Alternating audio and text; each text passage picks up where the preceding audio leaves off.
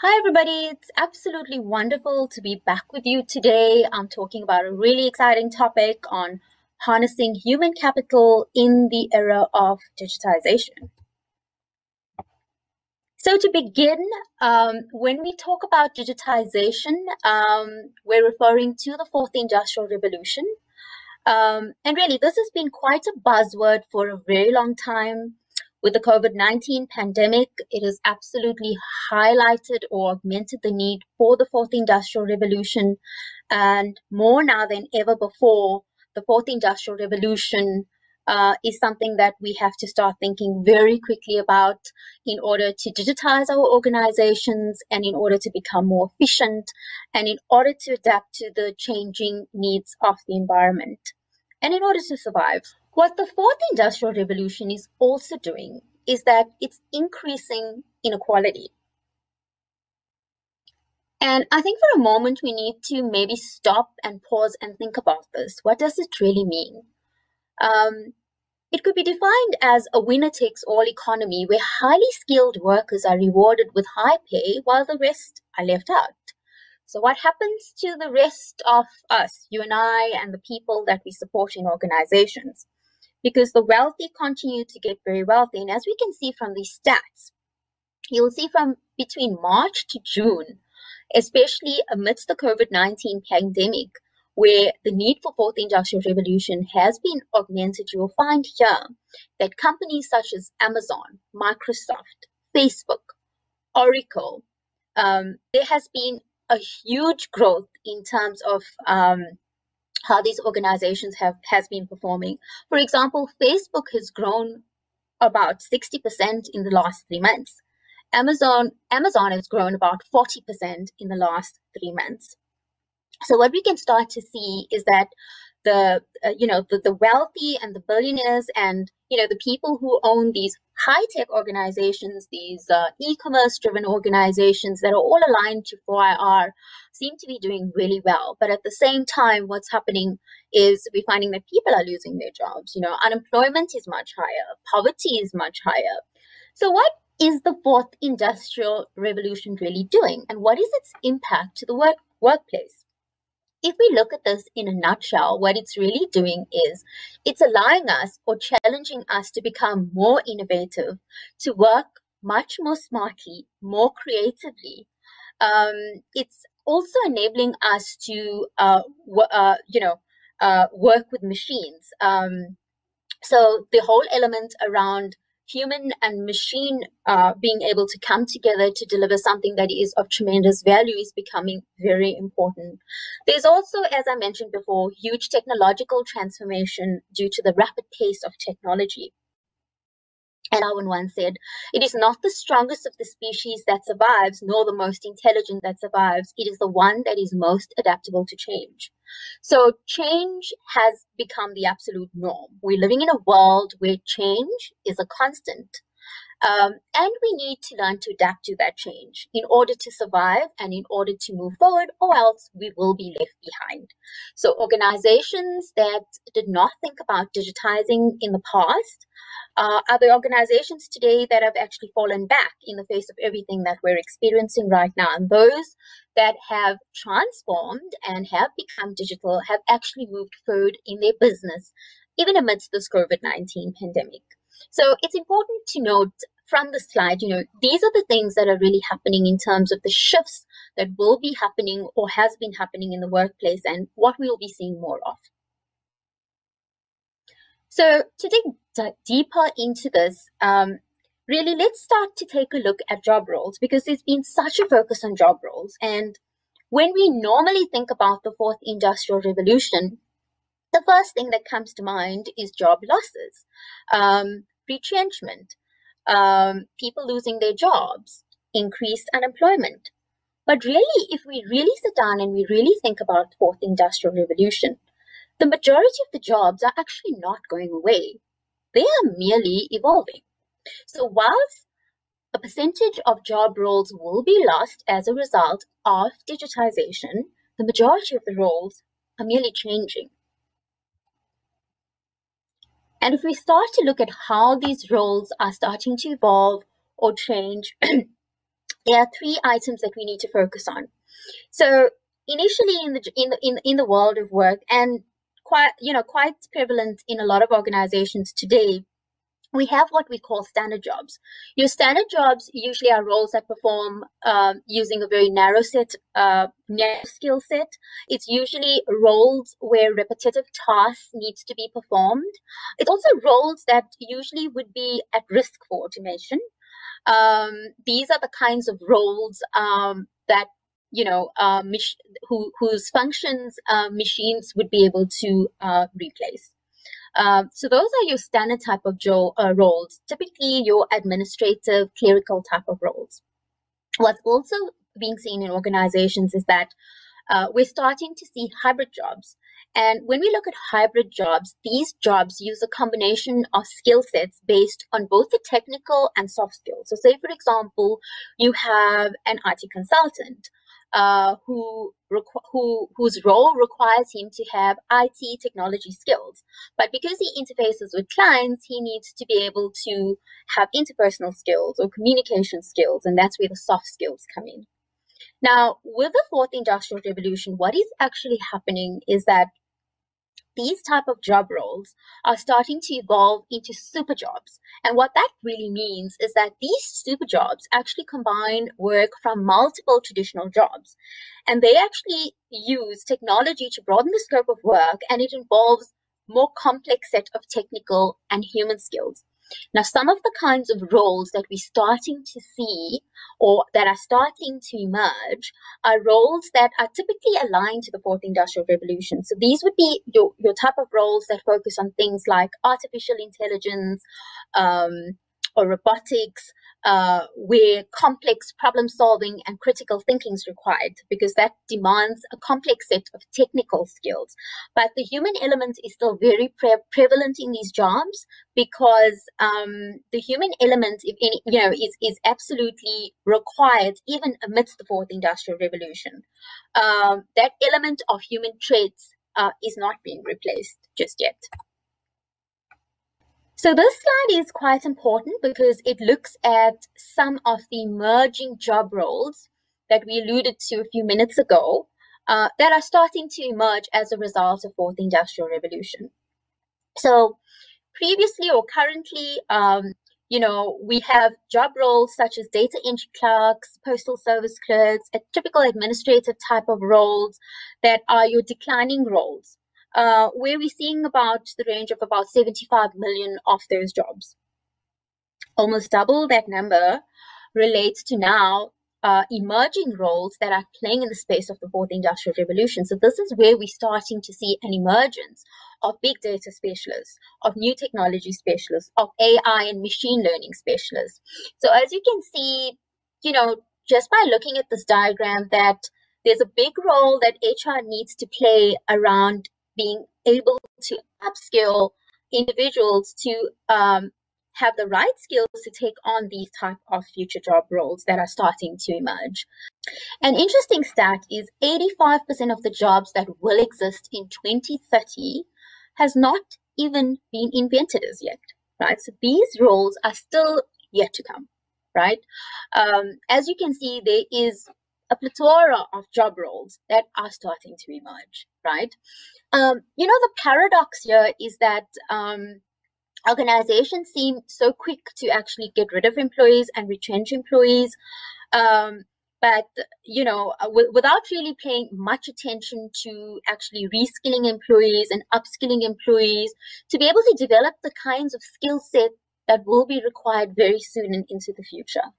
And this is the paradox that we are seeing right now in organizations. They're letting go of people too quickly, and whilst retrenchment does have its place, there is still an amazing opportunity to be able to upskill and to reskill individuals to be able to take on these type of future job roles that will be required. And what's going to happen is that if we're not doing our analysis correctly, we will find ourselves in situations where we do not have the skill set to cater for these influx of job roles that are starting to emerge. Now, if we actually look at the future of work and we start to reimagine work, there's a combination of different things that one may need to consider.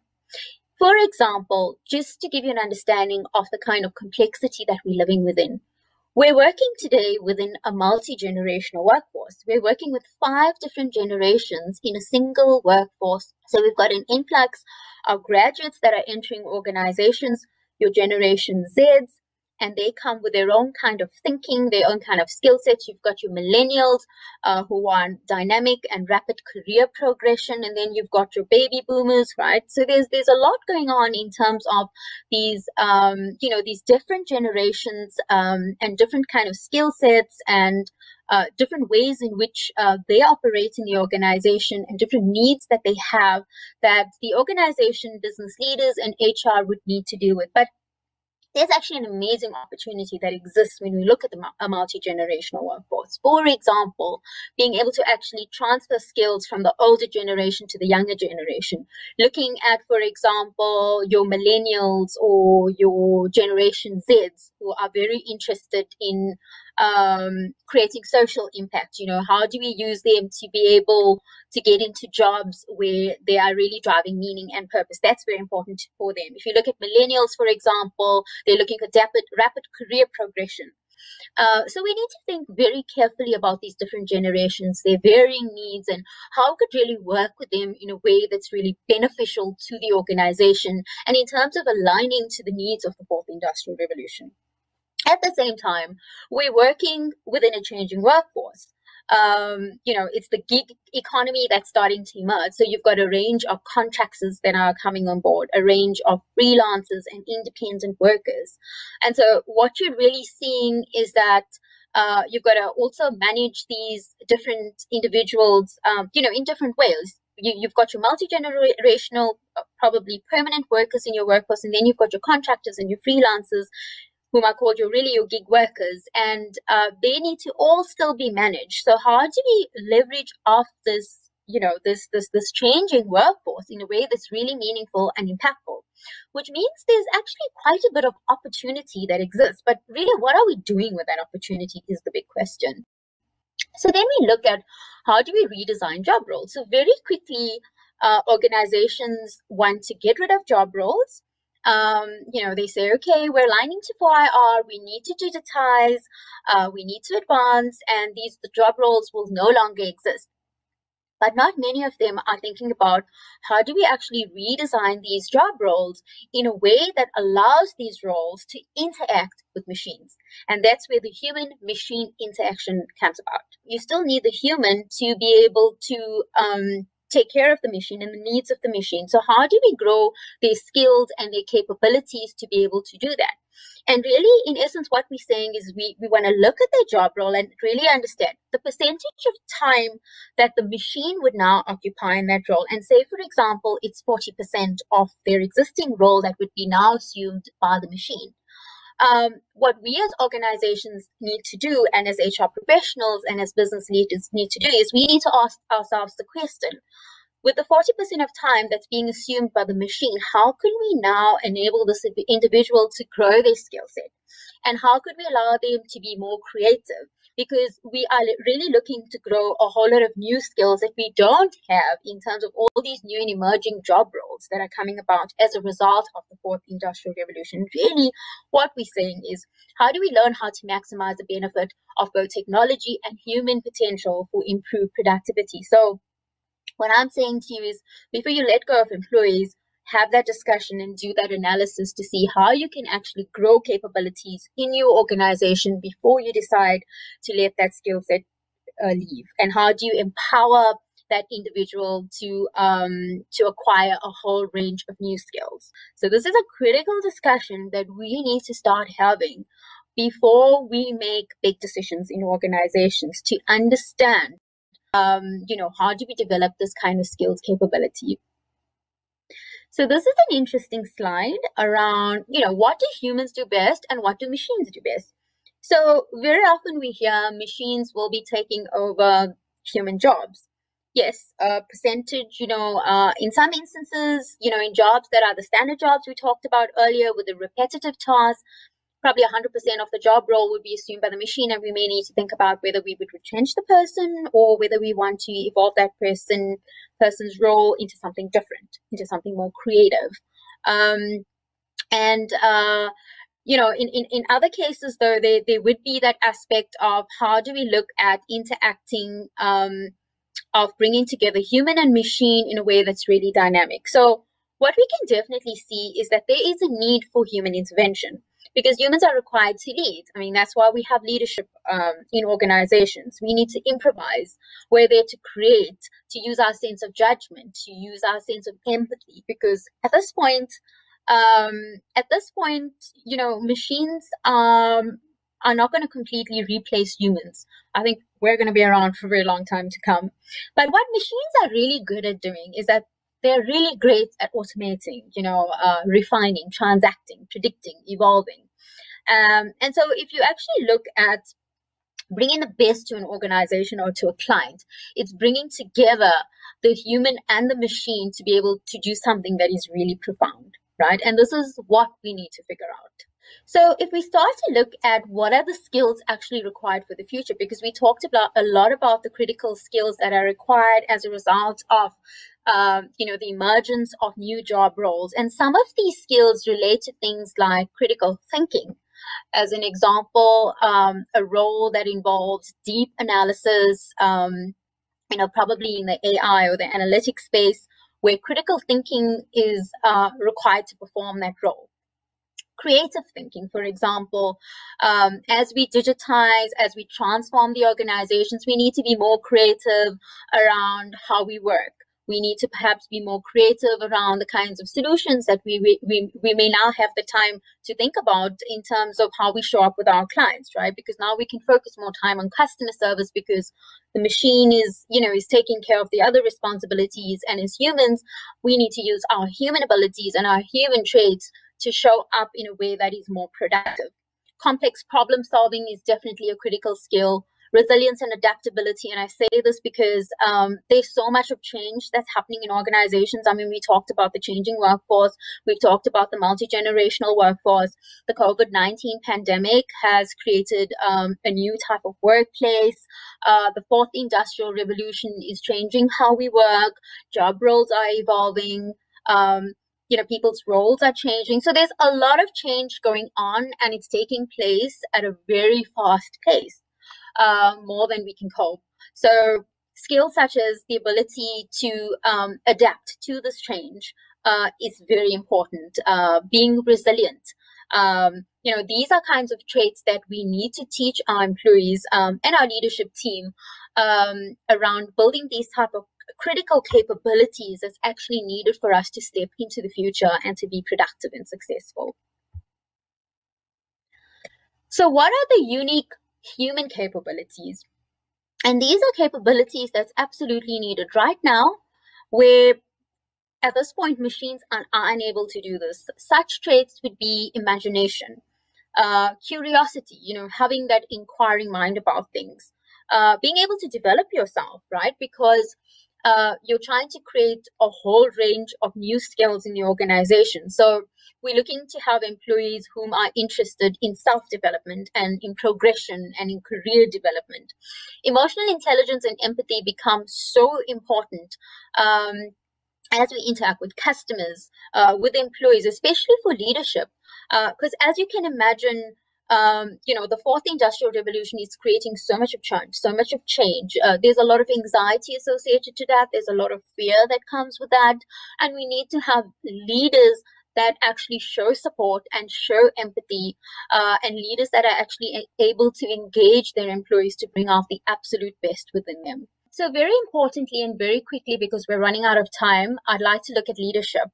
And here, it's very important for us to work with leadership so that they can show up in a way that is really meaningful. And there's particular traits that we're looking to see in leadership in the 21st century aligned to the needs of the fourth industrial revolution, in their ability to be able to manage remotely, to be able to embrace uncertainty, to empower people, to be able to navigate digital trends and understand, the digital context within which they are working. So questions really for HR in terms of the reinvention of HR is many. how will HR's role evolve? HR's role is evolving as we speak. There's a lot of pressure being placed on HR around how they show up, around how they analyze. We've looked at some of those around the aspect around how they manage change, how they design organizations, how they upskill. What can be done differently in terms of how we're doing things today, maybe taking more effort and spending more time around how we can work with our talent and upskill them. How do you apply social responsibility in decision making? I always stress this point, and I think it's so important because HR professionals have such a huge role to play in this country around social responsibility, because they drive performance through employees. And when they drive performance, they drive productivity, they drive profits in organizations, which allows organizations to actually acquire more people and to employ more people.